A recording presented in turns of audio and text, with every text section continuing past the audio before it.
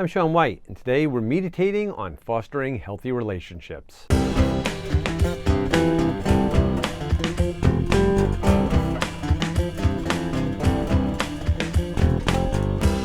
So out of the various topics that comprise lifestyle medicine, I feel that creating positive social connections gets the least amount of attention, right? Diet and exercise, always front and center. Reducing stress, that's a big one. Sleep management kind of gets pushed to the back burner. Where creating positive social connections, forget about back burner. That fell behind the stove. It's hanging out, back there with like the dust bunnies and the piece of pasta that fell back there 10 years ago. So why is this such a huge thing, though? All right, we need to look at our social connections, our relationships in life, and realize that they are a big part of our entire balanced, healthy lifestyle, right? So what has been found is individuals that feel like they are supported with their families, their friends, their coworkers, their communities, they're happier, they have less health problems, and they live longer lives. Now, on the flip side, if you don't have that support, it can have a lot of negative impact on your health. There was a recent study that showed that 50% of U.S. adults reported that they have some measurable level of loneliness in their lives. And now, why is this such a big deal? Because there can be physical ramifications of this as well, and they can be quite devastating. It's shown that this could have a rise in heart disease. This can have a rise in strokes. It can have a rise in dementia in older adults. Not to mention the fact that there can be higher cases of depression and increased mortality, right? So these are all some pretty serious negative health effects that come from not having good, healthy relationships, not having the support of those around you. So what I want to do today is I want to talk about fostering healthy relationships, and let's start by looking at signs of both positive and negative relationships. So right off the bat, I'm going to tell you some of these things are going to be blatantly obvious, and these lists could be much longer. As we do a lot of times on this program, just for the sake of length, we simplify things a little bit. We paint with a little bit broader of a brush than I would normally like to do. There's a lot of detail, a lot of nuance in a lot of these topics, and if you wanted to dive deeper into them, you can always get in touch with me and we can have a conversation about that. But for now, let's just look at some of the basic telltale signs of a positive and negative relationship. So if we look at the positives, first is going to be, do you enjoy spending time together? That should be a really, really easy one. Do you feel happy around these people? Do you feel supported? Do you communicate well? Do you trust them? Do you feel like they trust you? These are all really good positive signs of a healthy relationship. Now, on the flip side of that, we can start looking at some negative traits of a relationship. Do you feel burnt out and depleted after, interacting with these individuals?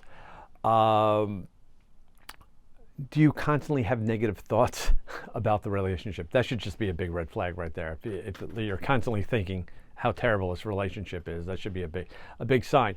Do you feel like the relationship is balanced or imbalanced? Do you feel like you're getting less out of the relationship than you're putting into the relationship? Because that could be a very big thing.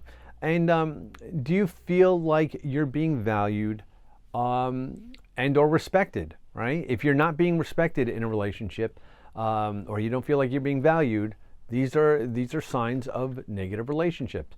Now, like I said, there could be a lot more things that can be put on these lists, right?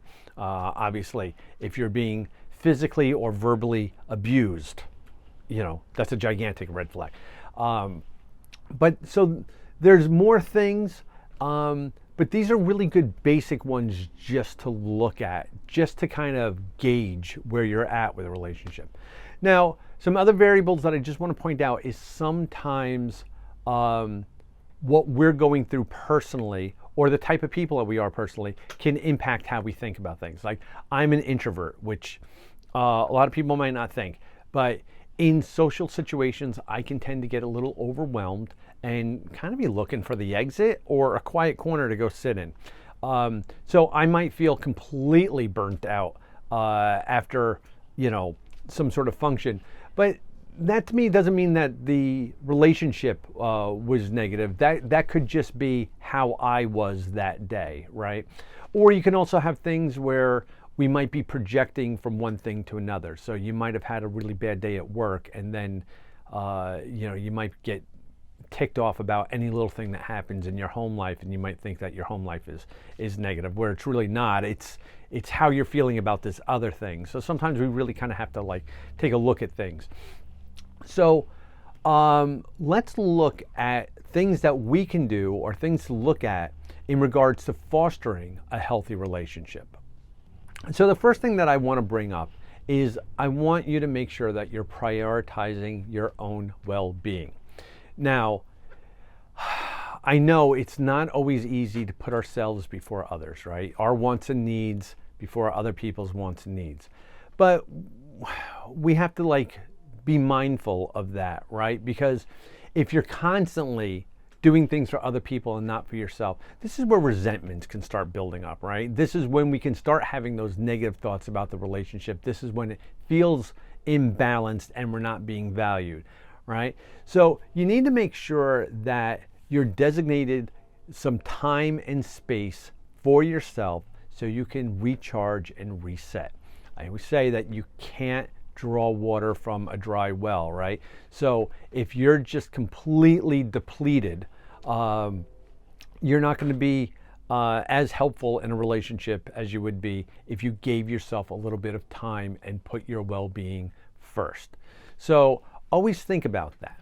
Now, what I believe is one of the biggest factors on creating a healthy relationship is establishing boundaries. Right? And a lot of times when we think about setting boundaries, we always think about it from the negative, like the things that we don't like, the things that we don't want. But it can also be the things that we do like and the things that we do want. Like if you tell somebody, I really appreciate it when you do these things, then they go, oh, okay, well, I'll keep that in mind. I'll try to do that more. So making sure that you're letting people know what your boundaries are, what you like, what you don't like, what you do like, what these are really important. Now, the flip side of that is also that you kind of need to know what the other set of boundaries are in that relationship as well, right? Because if you're putting a line in the sand and you're letting people know, okay, well, this is how I want things to be. Well, you kind of really need to know about that for the other person as well. Because what we're trying to do is we're trying to create realistic expectations of one another in a relationship, right? If you have just an issue with one particular thing that I do all the time, but you never tell me and I keep doing it, well, then you're going to keep getting annoyed and resentments are going to build up and you're just going to get angry with me, but I don't really know, because I haven't been told. And that's where communication becomes a huge thing, because communication is paramount in any relationship, right? Particularly if there's problems that come up in the relationship, the only way that you can really address them is by talking about them and finding out what's going on, right? The problem, at least this is what I found in life, is most people have not been taught how to communicate well growing up. I know for myself, that was pretty much the case. I didn't really learn how to start communicating better, and I'm not going to say I'm 100% great at it now, but much better. But it took me about 45 years before I got to that point, right? And communicating is not just talking, it's also listening, and it's active listening, and it's making sure that you're really paying attention to what people are saying and not formulating your response while they're talking. But also understanding how you are as a person when you're having conflicts, right? If I get put on the defensive, I don't yell, I don't curse, I get sarcastic. And anybody who knows me is not surprised by this. But that's the way that I am. So if you're angry, how well do you communicate? If you're hungry, if you're tired, if you've had a long day at work, if you're stressed out, these are all things that we have to think about when we're communicating with people, looking at all these factors and all these different variables. Now, if you're looking for a really good book on this, by Marshall Rosenberg was the author. Nonviolent Communication, A Language of Life is a fantastic book, and it really helped me out a lot in my communication skills. So that would be a book that I would recommend, because just without that communication, everything falls apart, right? You can't set your boundaries. You can't let people know what you want. You can't discuss problems that come up. You can't talk about the future, right? You need to be able to communicate. I had a friend once who her and her ex-fiance never really talked about whether or not they were going to have kids. And then all of a sudden, everything just blew up because he was like, okay, well, once we have a kid, you're going to quit working. And she was like, wait, what? These are boundaries, right? These are things that you need to be able to talk about. So communication, just paramount. Now, in some cases, if you're going through a negative relationship, if you're working through that, sometimes creating a little bit of distance from it might be a really good option, right? This is going to allow you to take a step back, see the things that you do like about the relationship, see things that you don't like about the relationship. If there's more pros than cons, then maybe you can start talking with the other person about the cons. Try to see what you can work through. Now, taking a step back, though, might illuminate the fact that this is just a relationship that you should not be a part of, right? This happens periodically. So it might be a friendship that's run its course. It might be an intimate relationship with either a boyfriend, girlfriend, husband, wife, that you're just different people. It's not working out anymore. You need to separate and do that.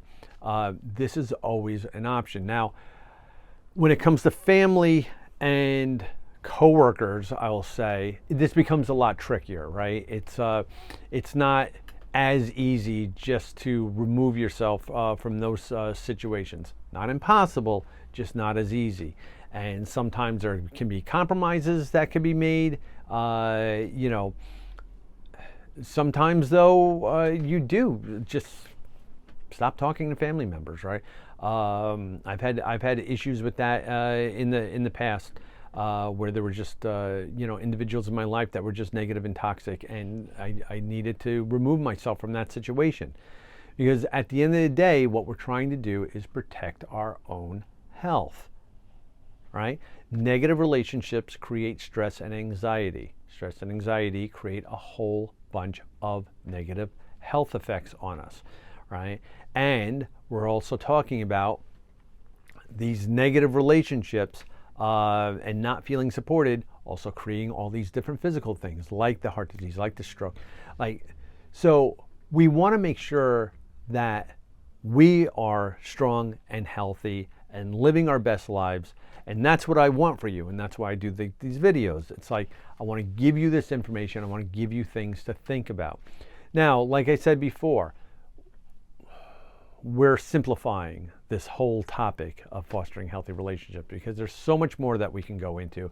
Even the establishing boundaries. I do an entire workshop just on that alone. That's a half an hour, 45 minutes long. So we can go a lot further in depth. And if you feel like you do need that kind of help, right? You can talk to friends, you can talk to family, you can talk to a health coach, either myself or somebody else. You can always sign up for a free consultation, send me an email, give me a call, leave me some comments. But you may also get to a point where you might need a little additional help, and might want to speak with a licensed therapist, and have somebody that you can talk things out through and try to figure out the best way of moving forward with different stuff. So that's what I wanted to talk about today. If you like this video, then click the like button. If you're enjoying the series, then let your friends know and let them know what we got going on here, and hopefully this can be helpful to more people that way. If you want to hear more of what I got to say, then subscribe to the channel, turn on notifications, find out when new videos are coming out. Also, leave some comments down below. I love starting dialogue. Let me know how you feel about relationships. Do you find them easy? Do you find them hard? I find them difficult. I'm being honest. I study this stuff. I work with people all the time, but relationships can be very difficult. So let me know what you think.